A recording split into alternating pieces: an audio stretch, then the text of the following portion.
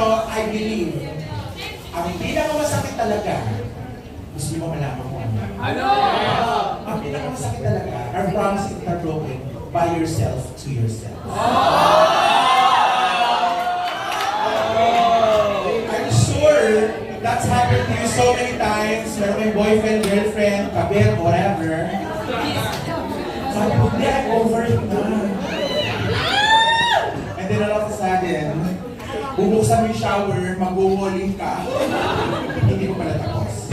So for those who are going through that and have gone through that, considering myself, I'd like to dedicate this next performance to all of you.